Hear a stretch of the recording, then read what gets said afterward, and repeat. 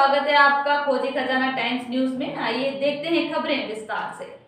अखिल भारतीय राठौर क्षत्रिय महासभा द्वारा 3 वर्षीय निर्वाचन 15 से 16 अप्रैल को राठौर मांगलिक भवन अंतिम चौराहा स्थित होगा। चुनाव समिति के लोगों ने प्रेस वार्ता कर दी जानकारी।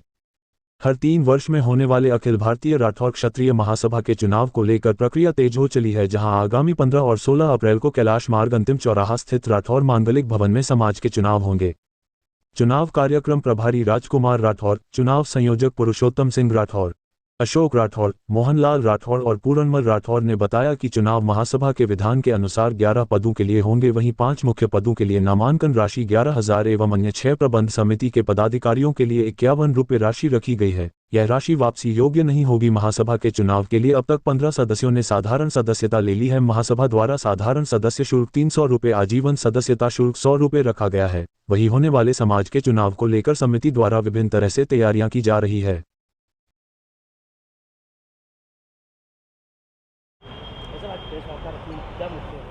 आज की जो प्रेस वार्ता रखी गई है, ये हमारे राठौर समाज की अखिल भारतीय राठौर क्षत्रिय महासभा, जिसका कि पंजीयन क्रमांक AS 23,064 1992 है। इसके हमारे चूँकि चुनाव 2019 में भी हो चुके हैं, क्योंकि पिछला चुनाव हमारा 2016 में हुआ था और 2003 साल का हमारा कार्यकाल था। 2019 में से चुनाव भी हो चुके थे, लेकिन पूर्व पदाधिकारियों द्वारा इसमें चुनाव नहीं कराए गए। बार बार उनसे पत्रकार वार्ता के माध्यम से कहा गया, समाज के सदस्यों के द्वारा कहा गया, लेकिन वो चुनाव कराने को तैयार नहीं थे।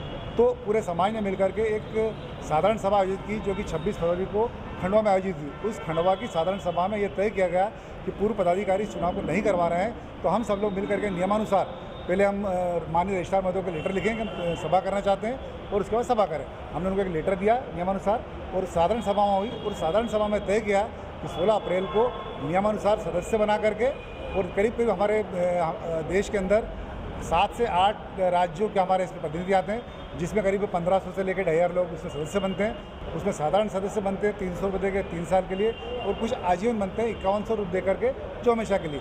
तो 5100 देकर के करीब 100-150 मेंबर उसमें ऑलरेडी बने हुए हैं, और अभी भी नए 150 मेंबर उसके अंदर और बने, और बाकी साधारण सदस्य बने हैं जो करीब 1500 के ऊपर है। तो क्या कारण रहा जो अभी पिछले 6 वर्षों के चुनाव में? हाँ, ये इसमें कारण कुछ भी नहीं, चूँकि वो अध्यक्ष तो बन चुके थे, लेकिन शायद उन्होंने कार्य करने की क्षमता नहीं थी। पिछले 6 सालों में 3 साल दोनों कार्यकाल और 3 साल का ऊपर का कार्यकाल, इन कार्यकाल में उनकी तरफ से समाज के हित का कोई भी कार्यक्रम नहीं हो पाया, कोई बैठक नहीं हो पाई, नियमानुसार कोई मीटिंग जो होती नहीं वो नहीं हुई, साधारण सभा वो नहीं।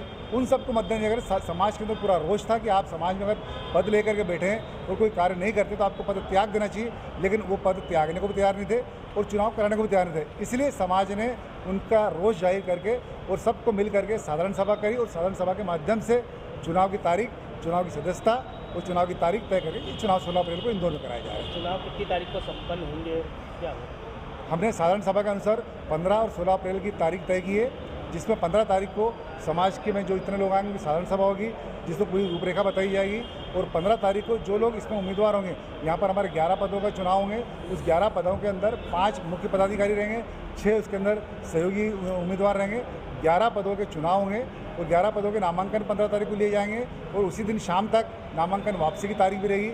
और नामांकन वापसी के बाद अगर 11 में से ज़्यादा अगर उम्मीदवार रहते हैं तो 16 तारीख को फिर हम उसमें लोकतांत्रिक प्रणाली से बाकायदा वोटिंग डाल के चुनाव कराएंगे। वरना जो 11 नाम है उसको हम 16 तारीख को जो चुनाव समिति है वो आधिकारिक रूप से घोषणा कर देगी, और वो